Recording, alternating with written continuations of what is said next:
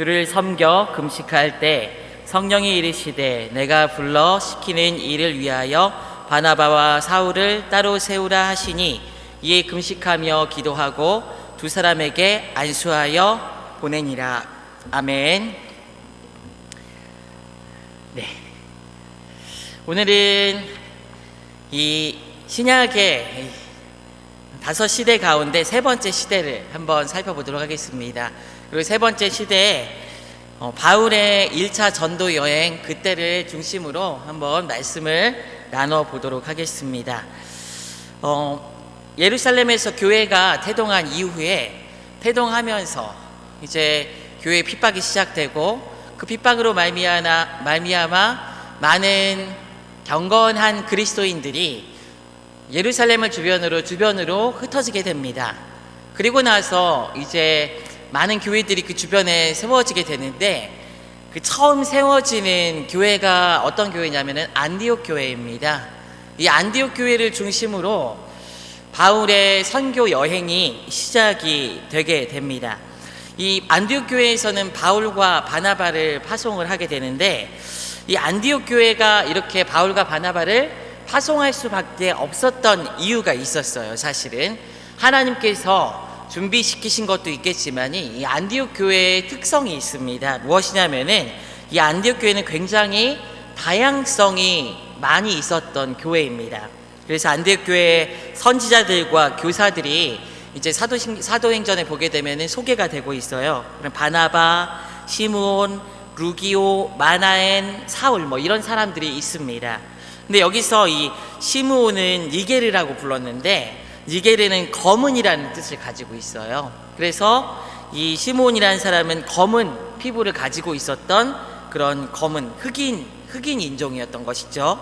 그리고 또 시므온이라는 이름은 이 히브리식 이름입니다. 아마도 이제 아프리카 흑인이지만은 유대교로 개종했던 인물이 아닐까라는 생각을 하게 되죠. 마나엔이라는 사람은 어떤 사람이냐면은 이 헤롯의 젖동생이에요. 그러니까 그 인종적으로도 굉장히 다양했고 계층적으로도 굉장히 다양한 그 교회가 바로 이 안디옥 교회였어요. 그리고 마나엔의 어머니가 이 마나엔이라는 사람은 헤롯의 젖동생인데 이 마나엔의 어머니가 헤롯의 유모일 수도 있다라고 학자들은 추정을 합니다. 이 5사람이 이 안디옥 교회를 소개하는 데 들어갔던 이 이름이 있는데 이 5사람들은 아마 안디옥 교회의 인종적이고 문화적인 어떤 다양성을 보여주는 그런 사람들입니다. 어쨌든 이 안디옥 교회라는 곳은 예루살렘 교회처럼 히브리인들만 모여있는 그런 교회가 아니었다는 거예요. 다양한 인종들을 가지고 있었고 문화적이고 계층적인 어떤 다양한 스펙트럼을 가지고 있는 교회가 이 안디옥 교회였습니다. 그렇기 때문에 이 예루살렘 교회보다는 선교적 마인드가 더 강할 수밖에 없는 그런 교회였지요. 이 안디옥 교회에 성령께서 계시를 하십니다. 그래서 이 사도행전 13장 2절에 보게 되면은 성령께서 교회에 자신의 뜻을 계시하셨는데 굉장히 좀 막연하게 계시를 하셨어요. 그래서 바나바와 사울에게 하도록 명하신 일이 구체적으로 무엇인지는 이야기하고 있지는 않습니다. 그것은 아브라함의 부르심과 다를 바 없어요. 제가 아브라함을 하나님께서 부르실 때 어떻게 부르셨다고 했습니까? 너는 너의 본토, 친척, 아비 집을 떠나 내가 내게 지시한 땅이 아니라 어디라고 말씀드렸죠? 성경에서도 지시할 땅이라고 말씀드렸잖아요. 그러니까 떠나긴 떠나야 되는데 어디로 떠날지 알지 못하는 그런 곳으로 떠나기 위해서 네가 떠나라라고 아브라함에게 말씀하신 거죠. 근데 이 안디옥 교회에 주신 성령의 생각도 성령의 그 말씀도 굉장히 체계적이고 구체적이지는 않았어요. 그래서 이 안디옥 교회에서 어떻게 하게 됩니까? 기도를 하게 되는 거예요. 간절히 하나님 앞에 성령께서 주시는 그 방향이 무엇인지, 어떤 식으로 사역을 하고 누구를 파송해야 되는지 기도를 하게 됩니다. 뜨겁게 기도하는 가운데 하나님께서 바울과 바나바를 따로 세워서, 사울과 바나바를 따로 세워서 선교에 파송하라고 하나님께서 인도를 하시게 됩니다. 우리 신앙생활도 마찬가지입니다. 하나님께서 우리에게 구체적으로 지시하면서 가라고 말씀하시진 않으세요. 하나님께서 우리에게 보통 때로는 구체적으로 말씀하실 때가 있습니다. 그러나 대부분의 경우에는 하나님께서 말씀을 통해서 우리에게 그 길을 찾아갈 수 있도록 인도해 주시는 경우가 많다는 것을 여러분 기억하시기 바랍니다. 그래서 우리가 무엇을 해야 되는 거예요? 기도를 해야 되는 거예요. 우리 안에 어떤 소원이 있습니다. 하나님을 위해서 뭔가 하고자 하는 그런 마음들이 일어나고, 또 삶에 어떤 문제들이 닥쳐올 때 그 해결책을 하나님께서 주세요. 그런데 그 해결책을 너 언제 몇 시에 누구를 만나서 어떤 식으로 해라, 이렇게 구체적으로 명확하게 주시지는 않는다는 거예요. 그럼 우리는 어떻게 방법을 찾아가야 될까요? 이 안디옥 교회가 기도한 것처럼 하나님 앞에 기도를 해야 되는 것입니다. 기도하는 가운데 우리를 하나님께서 더 구체적인 방향으로 인도하시고 사람을 만나게 하시고 길을 열어주세요. 그래서 우리 인생은 어떻게 보면 실수투성이고 갈 바를 알지 못하고 떠나는 아브라함과 같은 그런 인생이 바로 우리 인생이라는 것을 여러분 기억하시길 바라요. 그래서 기도하지 않으면요, 그리스도인들이 하나님의 뜻에 따라 살아갈 수가 없게 되는 것입니다. 한번 인사해 봅시다. 기도합시다. 기도를 해야 돼요. 그래서 기도하는 가운데 이 안디옥 교회에 하나님께서 이 바울과 바나바를 통한 이 선교 사역을 감당할 수 있게 하나님께서 인도하시게 됩니다. 이 안디옥 교회는 기도하는 교회로서 이렇게 바울과 바나바를 파송하지요. 그래서 이제 바울과 바나바가 선교 여행을 떠나는데, 그 여행을 첫 번째 선교 여행이라고 해서 1차 전도 여행이라고 이야기를 보통 하죠. 그래서 구브로를 지나서 또 이 버가나, 또 그 더베, 또 이고니온 지역, 이런 지역들을 중심으로 이 선교 여행이 시작이 됩니다. 이 1차 전도 여행이 끝나고 바울이 무엇을 하냐면요, 편지를 써요. 어떤 편지냐면은 여러분들 잘 아는 갈라디아서라는 편지를 쓰게 됩니다. 갈라디아서는 사실은 이제 좀 이따 말씀드리겠지만은 필연적으로 이 선교 여행 후에 나올 수밖에 없는 서신서였습니다. 그 이유는 조금 이따가 한번 살펴보도록 하겠습니다. 1차 전도 여행이 마쳐지고 쓰여진 서신서가 뭐라고요? 갈라디아서. 다 같이 한번 따라해 봅니다. 갈라디아서. 좀 기억을 하세요. 그래야지 갈라디아서가 어떤 배경에 쓰여졌는지 우리가 알 수 있기 때문입니다. 갈라디아서는 1차 전도 여행이 끝나고 바울이 기록한 서신서다라는 것을 기억을 하시면 좋겠습니다. 자, 1차 전도 여행의 구체적인 내용에 대해서 한번 우리가 교재를 중심으로 한번 살펴보도록 하겠습니다. 지도를 한번 띄워주시겠습니까? 방송실에는 지도를 한번 좀 띄워주세요. 네, 여러분들도 지도를 가지고 계시죠? 저기 뭐가 다 나왔네요. 저기 다 나오면 안 되는데. 올려주세요, 집사님. 나올 수 있게. PPT를 좀 띄워주세요. 1차 전도 여행을 여러분들 한번 살펴보도록 하겠습니다. 바울과 바나바가 처음 떠났던 전도 여행이 무엇이냐면은 1차 전도 여행인데, 바울과 바나바가 안디옥에서 24km 정도 떨어진 지역이 실루기아라고 있습니다. 여러분 지도에 보게 되면 안디옥 보이십니까? 안디옥? 예, 안디옥이 한번 눌러주세요. 화살표 한번 나오게 눌러주세요. 예, 화살표 처음 시작하는 지역이 안디옥입니다. 이 안디옥, 여기가 이제 바울이 처음 선교 여행을 떠나서 파송받은 그곳이죠. 그래서 안디옥에서 바로 옆에 보면 실루기아라는 곳이 있습니다. 이곳에서 배를 타고 구브로라는 섬으로 떠나게 됩니다. 구브로 섬이 보이시죠? 구브로 섬이 있는데 이 구브로 섬으로 떠나게 됩니다. 왜 바울과 바나바가 구브로 섬으로 떠났을까? 학자들이 어떤 얘기를 하지 않아요. 그런데 제가 그냥 한번 추측을 해보면요, 이 바나바의 고향이 구브로입니다. 바나바의 고향이. 바나바가 아마 자기 마음에 자기 먼저 아는 어떤 그런 사람들, 그 지역에 먼저 복음을 전하고 싶지 않았을까라는 생각이 들어요. 키프로 섬이라고 이제 일반 학자들은 이야기를 하는 지역입니다. 그래서 키프로스 섬인가 그렇게 아마 명칭이 될 거예요. 구브로라는 지역으로 이 바나바와 바울이 실루기아를 통해서 복음을 전하기 위해서 떠나게 됩니다.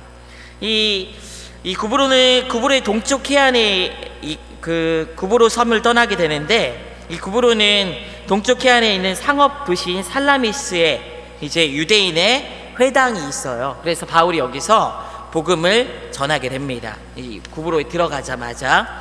그리고 이제 온 섬 가운데로 지나서 구브로 섬 안에 바보라는 곳이 있어요. 바보라는 곳이 있습니다. 그래서 그 바보라는 곳으로 한 번 더 눌러주시겠습니까?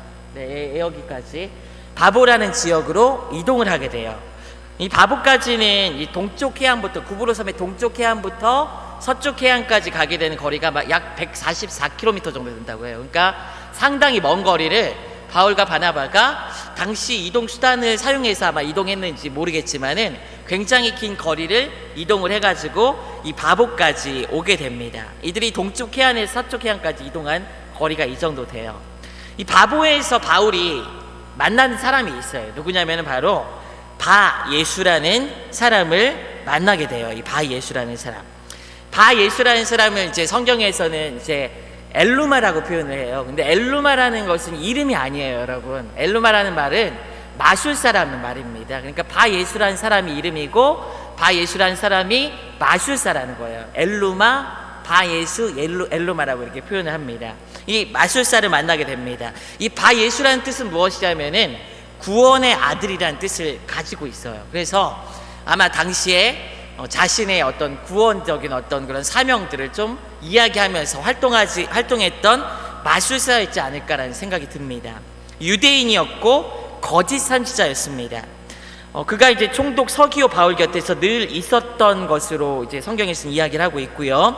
그래서 아마 왕실 마술사였을 수도 있습니다. 이 사람은 이제 이 총독 서기오 바울이 이 구브로 섬의 이제 총독 서기오 바울은 미신과 사이비 종교에 홀려 있음에도 불구하고 영적인 굶주림이 있었어요. 그래서 바나바와 사울을 불러서 하나님의 말씀을 듣고자 했죠.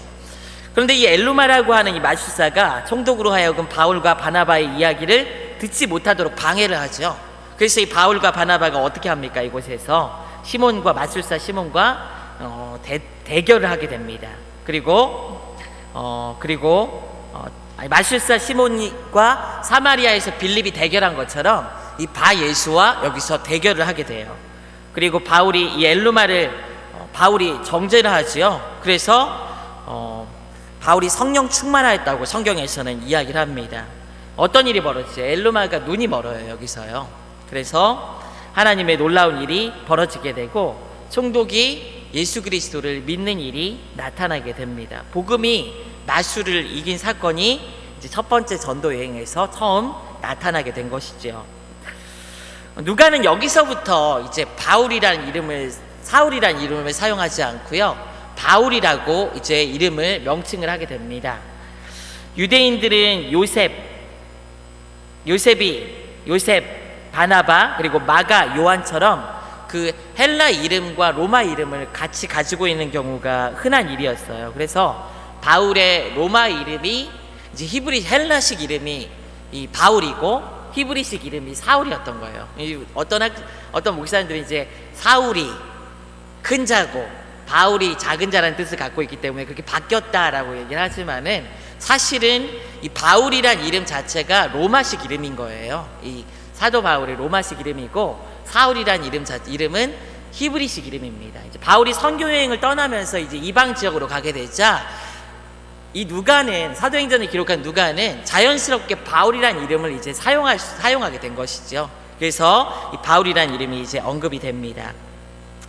이 요한 여기서 이제 이 사역을 마치고 어디로 떠나게 되냐면 이제 한 번 더 눌러주세요. 네, 위에 보이는 지역으로 가게 됩니다. 그곳이 어디냐면은 비시디아 이제 안디옥 지역인데요. 비시디아 안디옥 가기 전에 버가라고 하는 지역으로 이제 가게 되죠. 그래서 바울과 바나바의 선교 여행을 이곳으로 떠나게 돼요. 근데 버가에서는 근데 좋지 않은 일이 한번 발생해요. 무엇이냐면은 마가 요한이라는 이 요한이 이 바나바의 생질이라고 성경에서 표현했는데 사촌이에요, 사촌. 바나바의 사촌이었던 이 요한이 선교 여행에 동참을 했다가 여기서 떠나게 됩니다. 아마 자세한 이유는 성경에서는 기록하고 있지는 않지만은 바울과 바나바가 2차 여행에서 2차 전도 여행을 떠나기 전에 이 요한을 데리고 가냐 마냐, 이 마가를 데리고 가냐 마냐, 이 문제 때문에 굉장히 심하게 다투어요. 그리고 결국 바나바와 바울이 거기서 갈라지는 계기가 되었죠. 근데 아마 바울은 이 마가를 신뢰할 수 없는 사람이다라고 해서 이곳에서 이제 벌어진 일들이 무엇인지 좀 짐작은 할 수 있을 것 같아요. 사역이 너무 힘들고 전도 여행을 굉장히 열정적인 마음에서 시작을 했지만 마가가 막상 시작하고 나서 보니까 너무 괴롭고 힘든 거예요. 그래서 결국 이 버가 지역에서 이 마가 요한이 이제 요한 마가가 이제 떠나게 됩니다. 근데 대단한 사실은 이 마가가 결국은 나중에는요, 인생의 말년에 이제 베드로도 이 마가에 대해서 굉장히 소중한 사람으로 여기고 옆에서 함께 했던 사람이고, 또 그리고 신뢰하는 바울의 말년에는 이 바울이 굉장히 신뢰하는 사람으로 바뀌게 된다는 사실입니다. 한번 실패를 경험한 사람도 결국은 하나님께서 이렇게 세우셔서 다듬어가는 과정을 통해서 귀한 사람으로 세움 받을 수 있다는 사실을 우리는 좀 기억했으면 좋겠습니다. 그래서 옆에서 좀 가시 같고 마음에 안 들고 눈에 안 차는 사람이 있다 할지라도 여러분 너무 미워하지 마시고 이 사람에 대한 하나님의 계획과 뜻을 여러분들 좀 생각하시면서 품고 함께하는 은혜가 우리 서문교회 안에 넘치기를 원합니다. 이 비시디아 안디옥에서 이제 바울이 이제 전도 여행을 이어가게 됩니다. 제가 지도를 지금 안 갖고 와서 저도 잘 모르겠는데 한번 눌러주시겠어요? 비시디아 안디옥이 그 다음에 있죠. 이 안디옥 지역으로 가게 돼요. 근데 이 안디옥 지역이 어디냐면은 처음에 바울이 떠났던 안디옥 교회랑은 다른 곳이에요. 그 바울이 떠났던 이 안디옥은 시리아, 수리아라고 표현이 돼요. 성경에서는 수리아의 안디옥 교회고 안디옥 지역이고, 이 비시디아 안디옥 지방은 갈라디아라는 어떤 지방에, 갈라디아서의 배경이 되는지는 모르겠어요. 아마 학자들 사이에 논쟁이 있으니까. 그렇지만 갈라디아라는 넓은 어떤 우리나라의 뭐 도나 아니면 더 큰 넓은 단위의 어떤 그런 지역을 지칭하는 갈라디아 지역이 있어요. 그 지역에 위치한 그 도시가 비시디아 안디옥이라는 도시가 있습니다. 이곳에서 바울은 선교 여행을 이어가게 됩니다. 바울과 바나바는 먼저 회당으로 또 들어가게 돼요. 회당으로. 그리고 예수에 관하여 그곳에서도 담대히 증거하게 됩니다. 그 결과 어떤 일이 벌어지냐면은 유대인들 사이에 분열이 생기게 돼요. 그들이 메시지를 받아들이는 이들과 거부하고 비판하는 자들로 유대인들이 나누어지게 됩니다. 믿지 않은 유대인들은 이 바울과 바나바를 대적하게 되는 것이고, 또 믿는 유대인들은 회심하게 되는 것이죠. 결국 이 유대인들이 반대하는 유대인들 때문에 어떻게 되냐면은 바울과 바나바가 이방인들에게 복음을 전하게 됩니다. 처음엔 회당에서 시작해요, 전부 다. 그렇지만 결국 반대하는 세력 때문에 이방인들에게 또 가게 됩니다. 그래서 이방에서 복음을 전하게 됩니다. 결국 믿지 않은 유대인들의 박해로 인해서 이 비시디아 안디옥에서 바울과 바나바도 떠나게 되지요. 그러나 이런 중에도 이 바울과 바나바는 기쁨을 잃지 않게 됩니다. 그리고 이런 모양이 이제 처음에 회당에 들어가서 복음을 전하고, 그 다음에 그 유대인들 반대하는 유대인들로 말미암아 이방인들의 복음을 전하는 그런 모습이 바울의 선교 여행에서는 끊임없이 반복이 돼요. 그러니까 바울에게 먼저 어느 지역에 가든지 유대인의 회당을 찾아서 먼저 복음을 증거하는 모습이 바울에게는 있었던 것이죠. 복음을 전하는 것은 귀 있는 자들에게 주님께서 전하는 곳에서 전하는 것인데, 이에 대해서 예수님께서도 박해를 받듯이 박해가 있게 됩니다. 늘 박해가 있어요. 이를 두려워해서는 결국 승리를 할 수 없게 됩니다. 실패가 아니죠. 결국 막 박해자들이 일어난다고 해서 그게 실패가 아니에요, 여러분. 복음을 전하고 하나님의 나라가 증거되고 생명이 있는 그곳에는 결국 박해가 있고 어려움이 생기게 돼요. 이것은 영적인 세계에서는 당연한 현상이에요. 그런데 그것을 극복하지 못하고 이게 하나님 뜻이 아닌가 보다 이렇게 반응을 하면 안 된다는 거예요. 그것은 믿음으로 이겨나가고 넘어서야 되는 것이지, 그것이 하나님의 뜻이 아니다라고 생각하고 거기서 물러서게 되면은 우리는 한 발자국도 전진할 수 없게 됩니다. 하나님의 복음의 역사는 언제나, 능력의 역사는 박해와 함께 있음을 여러분 기억하시고, 그런 일들이 벌어질 때 내가 바로 가고 있구나 라고 생각하시면서 믿음으로 그 길을 걸어갈 수 있는 여러분 되시길 원합니다. 이 비시디아 안디옥이라는 곳에서 이제 바울이 복음을 전하게 되는데, 이 바울이 복음을 전할 때 했던 설교가 이제 사도행전에서 소개가 돼요. 그래서 이 설교에 초점이 보게 되면, 이 비시디아 안디옥 지역에서 했던 바울의 설교에 초점을 보게 되면은 예수님의 죽음과 부활에 대한 증거를 하게 돼요. 두 사건이 모두 예수님의 죽음과 부활이, 이 바울은 성경에서 하나님께서 미리 말씀하신 것이다라는 이야기를 합니다. 그래서 그 말씀이 성취된 것이다라는 이야기를 하게 되고, 그 다음에 다윗은 죽어서 땅에 묻히고 썩었지만 하나님께서 다시 살리신 다윗의 자손은 썩음을 당하지 아니하고 부활하셨다는 것을 증거를 하게 됩니다. 회당이기 때문에 바울이 이렇게 얘기를 한 것이죠. 그리고 유대인들에게 했던 설교가 이제 회당이기 때문에 유대인들에게 했던 설교가 소개가 됩니다. 그리고 다음에서 바울은 무엇이라고 이야기하냐면은, 너희들이 예수를 믿으면 의롭다 하심을 얻고 어떤 이들은 그렇지 못할 것이다 라고 이야기를 합니다. 그 결과, 설교의 결과가 어땠다고 했죠? 예수를 믿는 사람이 생겨났고, 또 바울 일행들을 박해하는 자들이 생겨났다고 했습니다. 그리고 바울은 이제 그들에게 항상 하나님의 은혜 가운데 있으라고 권하고, 그리고 다음 안식일이 되었을 때 온 성에 거의 다 하나님의 말씀을 듣고자 하여 모여들었다라고 이곳에서 이렇게 증거를 하고 있습니다. 그런데 이제 시기심 때문에, 유대인들의 시기심 때문에 결국 이 비시디아 안디옥에서도 바울은 이동을 하게 됩니다. 어디 지역으로 이동을 하게 되냐면 이고니온 지역으로 이동을 하게 돼요. 한번 눌러주시겠어요? 네, 이고니온 지역으로 이동을 하게 됩니다. 이고니온 지역에 어디를 가게 되냐면은 이 이고니온 지역에 루스드라라는 지역으로 가게 됩니다. 이 비시디아 안디옥에서 남동쪽으로 한 160km 정도 떨어졌던 지역이에요. 그래서 여기에 가면은 타우루스와 술탄 산맥 간에 놓여있는 광활한 대지를 내려다보면서 그 강들에 의해 많은 물을 공급받는 매우 오래된 도시가 있는데, 이곳이 바로 이고니온에 자리 잡고 있었습니다. 이 도시는 오늘날에도 터키에서 네 번째로 큰 도시인 코냐라고 이제 명칭이 되고 있어요. 그리고 이고니온에서도 유다와 헬라의 허다한 무리가 믿었고, 그러나 순종하지 않은 유대인들이 이방인들의 마음을 선동하여서 악감을 또 품게 합니다. 그러니까 늘 유대인들 계속 쫓아다녔어요, 바울을요, 항상. 그러나 두 사도는 오히려 더 오래 머물면서 그곳에서 복음을 전하게 되고, 하나님의 표적과 기사와 하나님의 구원의 역사가 이 이고니온 지역에서도 나타나게 됩니다.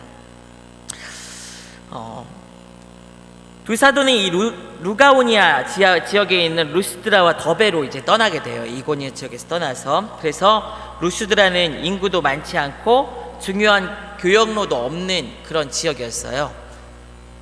예, 됐네요. 기초도의 표시가. 이 루스드라로 떠나게 돼요.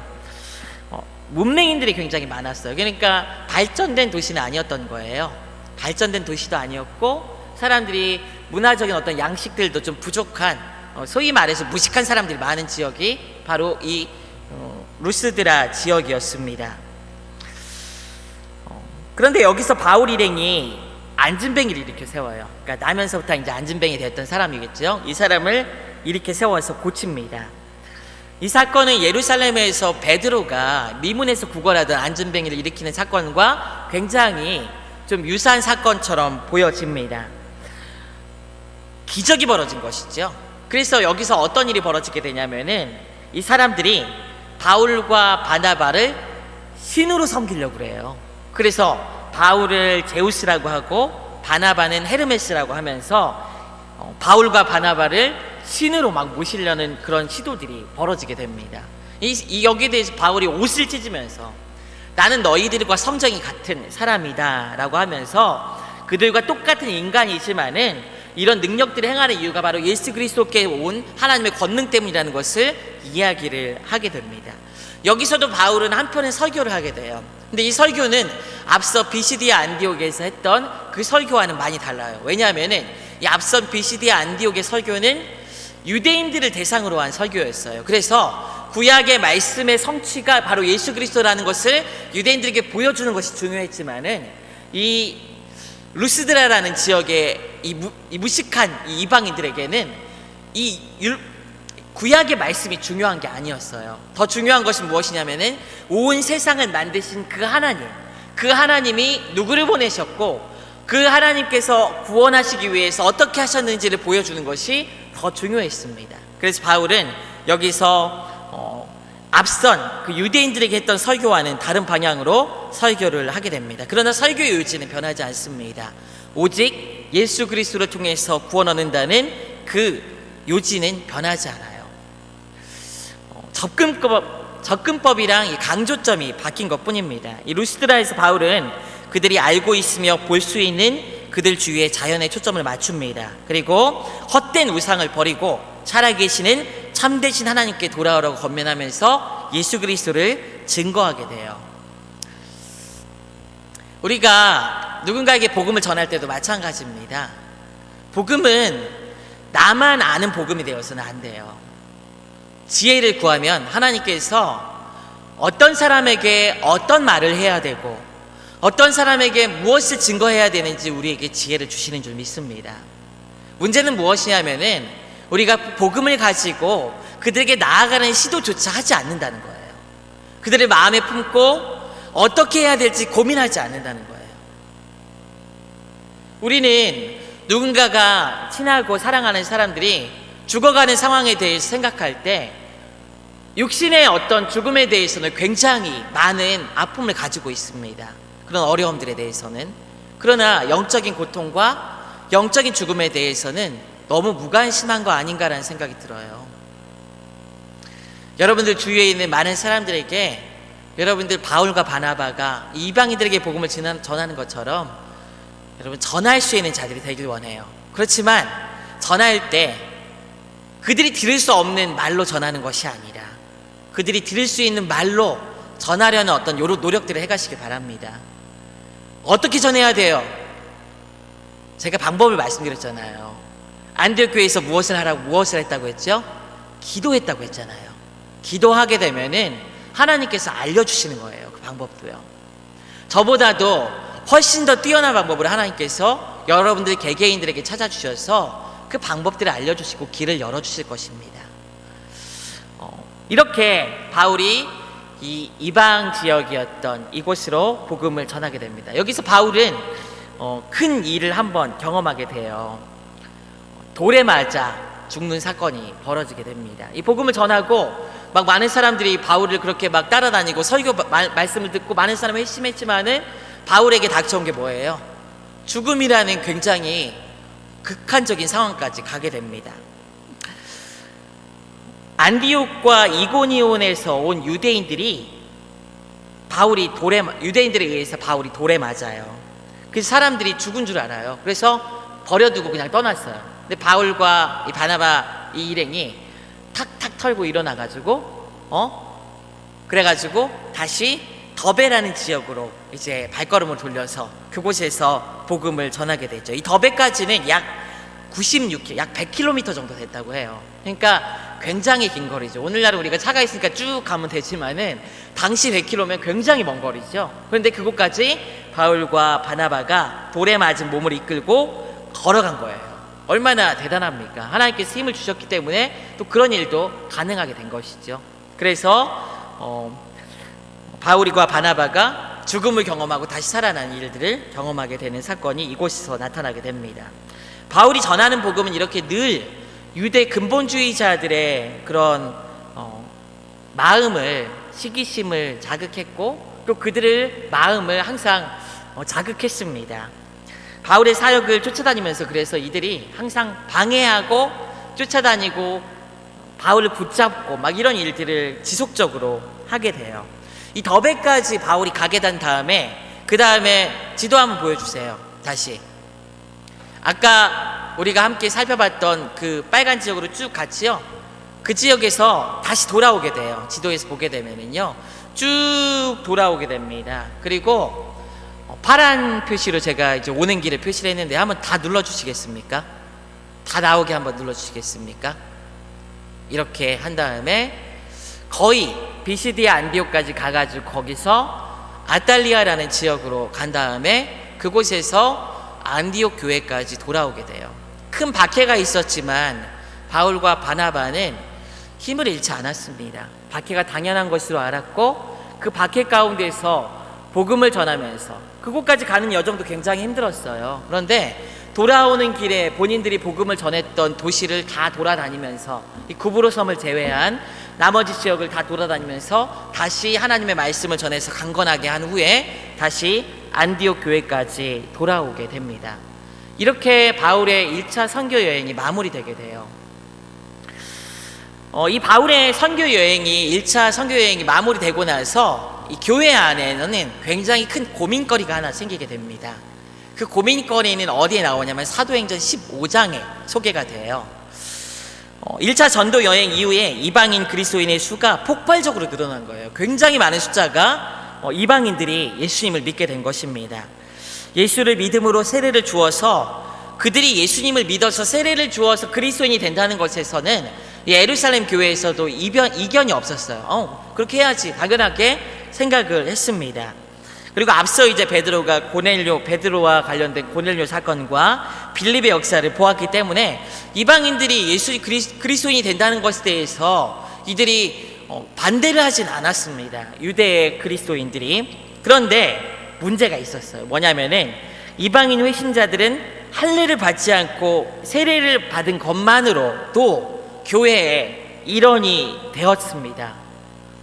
유대인이 되지 않고서 그리스도인이 되는 것에 이들이 예루살렘 교회 그 사람들이 이렇게 해야 되나? 라는 그런 생각을 갖기 시작한 거예요. 그 이전에 이방인들에게 복음이 증거되기 이전에는 구약의 율법을 그대로 지키는 것 자체가 그들에게 큰 문제가 되지 않았어요. 정결 예식을 지키고 의례를 지켜가지고 예수님을 믿고 의례를 지키면서 예수님을 믿는 것이 문제가 되지 않았어요. 그런데 이방인들이 예수님을 딱 믿기 시작하면서 이방인들은 그 구약의 율법을 지킬 의무가 없는 사람들이에요. 오직 예수 그리스도를 믿음으로 말미암아 구원을 얻는 사람들인데 할례를 받지 않고 교회의 일원이 되고 음식 규례도 지키지 않고 정결 규례라고 하는 이 음식 규례도 지키지 않고 이런 것들이 그들에게는 큰 문제가 됩니다. 그래서 갈라디아서 2장 11절부터 14절까지 이런 고민들이 이제 교회 안에 발생한 어떤 문제들을 발생시키는 것을 우리는 볼 수가 있어요. 우리 한번 갈라디아서 2장 11절부터 14절까지 한번 제가 여기 적어놨는데요. 우리 거기 있죠? 우리 한번 같이 읽어보도록 하겠습니다. 시작. 게바가 안디옥에 이르렀을 때에 책망받을 일이 있기로 내가 그를 대면하여 책망하노라. 야고보에게서 온 어떤 이들이 이르기 전에 게바가 이방인들과 함께 먹다가 그들이 오매 그가 할례자들을 두려워하여 떠나 물러가매 남은 유대인들도 그와 같이 외식함으로 바나바도 그들의 외식에 유혹되었느니라. 그러므로 나는 그들이 복음의 진리를 따라 바르게 행하지 아니함을 보고 모든 자 앞에서 게바에게 이르되 내가 유대인으로서 이방인을 따르고 유대인답게 살지 아니하면서 어찌하여 억지로 이방인을 유대인답게 살게 하려느냐 하였노라. 교회 안에 문제가 생기게 돼요. 율법을 지키는 문제, 특히 이제 이방인들과 식사하고 정결 예식을 지키는 어떤 문제들 때문에 이들이 예수님으로 말미암아 구원을 얻었는데 유대교 예법에 따라서는 이들과 함께 할 수가 없는 거예요. 같이 음식도 먹을 수 없고 할례도 받지 않은 그들과 함께 하는 게 어려움이 있었던 거예요. 그래서 게바라고 한 이 베드로도 유대인들이 오기 전에 그들과 막 식사를 하다가 유대인들이 온다고 하니까 갑자기 자리를 떠나가지고 막 자리를 외식하는 어떤 모습을 보여주고 이런 모습 때문에 바나바까지 그 모습에 흔들리는 어떤 그런 상황이 교회 안에 발생하게 된 것입니다. 교회는 하나님께서 그리스도의 십자가의 죽음으로 말미암아 한 몸으로 세운 공동체잖아요. 그런데 이 구약의 율법을 지키는 어떤 문제들, 특히 이제 정결 예법과 관련된 규례들을 지키는 어떤 문제들 때문에 교회 안에 분열과 반목이 생기게 된 거예요. 파가 갈리게 되고 무리들이 갈리게 되고 이런 일들이 벌어지게 된 것입니다. 바나바와 이 베드로까지 여기에 유혹되고 현혹되고 어려움들이 있었어요. 교회 안에 얼마나 큰 혼란이 있었겠습니까? 그래서 이 바나바와 바울이 이들에게 대해서 이 갈라디아서를 쓰게 됩니다. 그런데 이 갈라디아서를 쓰게 되는 과정 가운데 예루살렘 교회를 왔다 갔다 하면서 쓰게 돼요. 예루살렘 교회에서 이제 이방인들에 대해 할례를 베풀지 않고 율법을 강조하지 않으면서 우리와 함께 그리스도인이라는 것을 확인하는 그런 공동 의회 같은 것들이 벌어지게 돼요. 우리는 오늘날 당연한 것이잖아요. 근데 이들에게는 그것이 굉장히 큰 문제였던 거예요. 중요한 문제였던 거예요. 그래서 베드로가 이제 사도행전 15장에서는 이런 문제를 가지고 설교를 하게 됩니다. 많은 이제 회중 앞에서 이야기를 강하게 변론하게 돼요. 무엇이라고 이야기하냐면은 이방인들로 베드로의 입에서 복음의 말씀을 들어 믿게 하시려고 오래전부터 그들 가운데 그를 택하셨다고 이야기를 합니다. 그리고 그 선택도 하나님의 주권이다. 그러면서 하나님이 우리에게와 같이 저들에게도 성령을 주어서 증거하게 하였다. 고넬료 사건 같은 것들을 이제 이야기를 하는 것이죠. 그렇게 회심하게 하셨는데 왜 그들의 교회에 율법을 안 지켰다는 이유로 그렇게 받아들이는 것에 있어서 문제점을 제기하느냐라고 하면서 강하게 그들 앞에서, 교회 앞에서 변론을 하게 됩니다. 그러면서 음식물이나 의식상의 정결이 중요한 게 아니라 내적인 정결이 훨씬 더 중요한 것이라는 것을 베드로가 강조를 하게 됩니다. 여기서 이제 행위가 아닌 믿음에 대한 이야기를 베드로가 하게 되는 거예요. 이 베드로의 설교와 더불어 바울과 바나바가 본인들의 전도 여행을 겪고 나서 이방인들이 회심한 사건들에 대해서 이 예루살렘 교회 앞에서 강력하게 변증을 하게 돼요. 하나님께서 이들에게도 이런 구원을 주셨다라는 변증을 하게 되자 야고보를 비롯한 예루살렘 교회에서는 공식적인 규례를 만들게 됩니다. 그 규례가 무엇이냐면은 유대인들의 의식적 제의적 규례, 음식 규례에서 자유롭다고 판결을 합니다. 이방인들이 이것들을 지켜야지 교회의 일원이 되는 것이 아니라 그들은 자유롭다라는 거예요. 거기에 대해서 야고보의 이 판결에 교회는 만장일치로 그 결정을 따르기로 해요. 그러면서 이 예루살렘 교회에서 공식적인 편지를 보내서 이 편지들이 이방 많은 교회, 이제 바울과 바나바의 전도와 그 이전에 어떤 유대인들을 통해 그리스도인들이 통해서 예수님을 믿었던 많은 사람들에게 이 공식적인 입장이 증거되게 됩니다. 예루살렘 교회가 결정한 내용은 무엇이냐면 이렇습니다. 사도행전 15장 19절부터 20절에 나와 있는데 이렇습니다. 그러므로 내 의견에는 이방인 중에서 하나님께로 돌아오는 자들을 괴롭게 하지 말고 다만 우상의 더러운 것과 음행과 목매어 죽인 것과 피를 멀리하라고 편지하는 것이 옳으니라고 이렇게 판결을 내린 거예요. 다른 많은 규례들이 있지만 그것으로 유대인들에게, 이방인들에게 짐을 지우지 말고 그들을 믿음으로 구원 얻은 우리와 한 가족임으로 인정하고 그들에게 다른 짐이 아니라 예루살렘 교회를 위해서, 예루살렘 교회의 그리스도인들을 위해서 유대의 어떤 그런 규례들을 지켜가는 그리스도인들을 위해서 우상, 그 다음에 음행, 목매어 죽인 것과 피와 같은 이런 것들에 대해서는 주의할 것을 당부하는 그런 편지를 권면을 하게 됩니다. 이 1차 전도 여행으로 인해서 두 가지가 교회 안에 두 가지 말씀을 하나님께서는 하세요. 첫째는 무엇이냐면은 오직 믿음으로 구원 얻는다는 그런 하나님의 구원의 교리가 정확하게 사건과 더불어 이제 나타난 것이 이 사도행전 15장에 1차 전도여행 이후에 기록이 되어 있습니다. 다른 것으로 구원 얻는 것이 아니라 오직 믿음으로 말미암아 구원 얻는다는 그 사실, 그것이 우리에게도 은혜이지만은 우리 가운데 누군가가 부족한 사람이 있고 연약한 사람이 있고 보기에 불쌍한 사람이 있다 할지라도 그 모든 사람들이 다 무엇으로 구원 얻는다고요? 다른 어떤 행위나 말로 구원 얻는 게 아니라 오직 믿음으로만 구원을 얻는다는 그 사실을 우리는 기억해야 합니다. 변치 않아야 돼요. 그래서 우리는 교만하지도 말아야 되고 또 낭망하지도 말아야 되는 거예요. 스스로 죄인이라고 자신을 비루하게 여기지도 말아야 되는 것이고 하나님 앞에서 구원받은 하나님의 자녀로서 그 은혜를 찬양하며 믿음으로 서야 되는 것입니다. 스스로 높일 이유도 없고 스스로 옛날로 돌아가서 비루하게 다른 조건을 내세우면서 다른 자랑을 할 이유도 없는 거예요. 교회 안에서 우리는 오직 믿음으로 구원하는다는 그 사실을 명심하시고 그 복음 가운데 설 수 있는 은혜가 있기를 원합니다. 두 번째 교훈은 무엇이냐면 사도행전 15장에서 사랑의 양보를 통한 교제에 대한 교훈을 합니다. 제가 말씀드렸지요. 예루살렘 교회에 성도들을 위해서 이방 교회에 당부한 것이 딱 네 가지예요. 우상, 그 다음에 음행, 그 다음에 목매어 죽인 것, 잔인한 것이죠. 피, 생명과 관련된 것이죠. 이것들을 멀리하라고 편지를 하게 됩니다. 이것들을 멀리하라. 이방인들에게 다른 짐을 지우지는 않지만 예루살렘 교회도 양보를 한 거예요. 우리가 이런 법들이 있지만 너희들에게 이런 걸 강조하지 않는다.